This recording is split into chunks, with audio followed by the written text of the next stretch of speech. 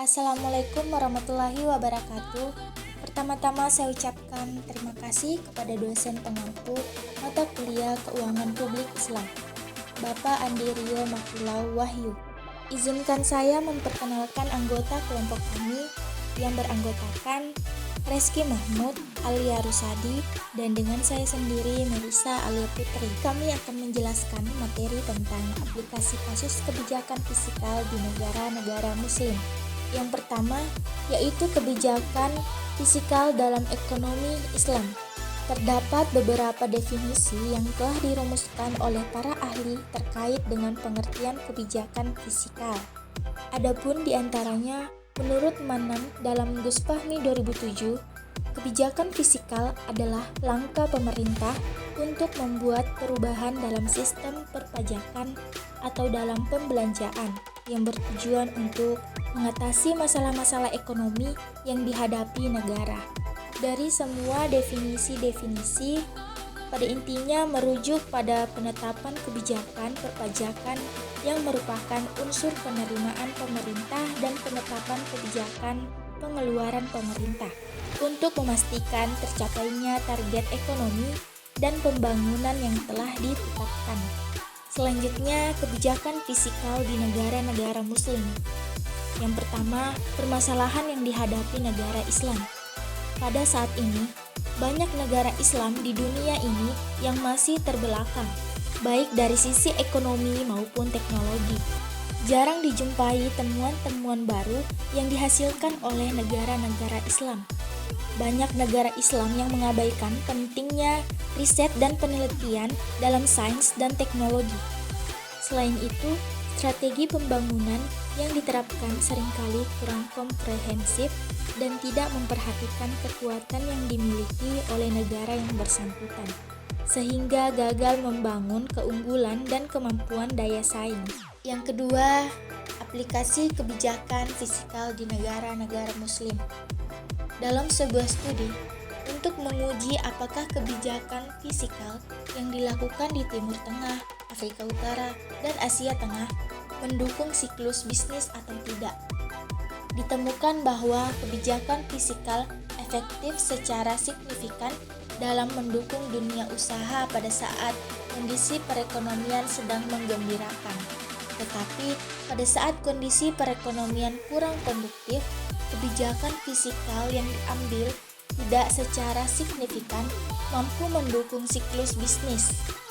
Hal ini menunjukkan bahwa pengeluaran pemerintah yang dilakukan pada saat kondisi ekonomi yang baik akan mampu mendorong kemajuan dunia usaha. Aplikasi kebijakan fiskal di beberapa negara muslim, diantaranya Malaysia. Paparan tentang aplikasi kebijakan fiskal Malaysia merujuk kepada studi komparatif yang dilakukan oleh Jaka Sriana 2005 yang diterbitkan dalam sebuah jurnal. Selanjutnya yaitu Qatar. Strategi perkembangan ekonomi Qatar seiring dengan meningkatnya harga minyak dunia sejak pertengahan 1999 mengalami pertumbuhan yang cukup tinggi, yakni sebesar 9% per tahun selama periode 1996 sampai 2004. Perekonomian Qatar masih bergantung pada devisa minyak. Negara Qatar terus berupaya melakukan diversifikasi melalui penetapan berbagai pembenahan kebijakan ekonomi untuk menarik penanaman modal asing. Meskipun demikian, beberapa sektor masih tertutup bagi penanaman modal asing, seperti perbankan, asuransi, dan jasa perdagangan. Selanjutnya, Arab Saudi. Perekonomian Kerajaan Arab Saudi terutama tergantung pada pendapatan dari sektor minyak. Hal ini tercermin dari persentase produk minyak yang dalam beberapa tahun sebesar 84% dari produk domestik bruto. Selain itu, ekspor minyak merupakan persentase yang tinggi dari ekspor kerajaan sebagai mereka mewakili 99 tahun sebelumnya.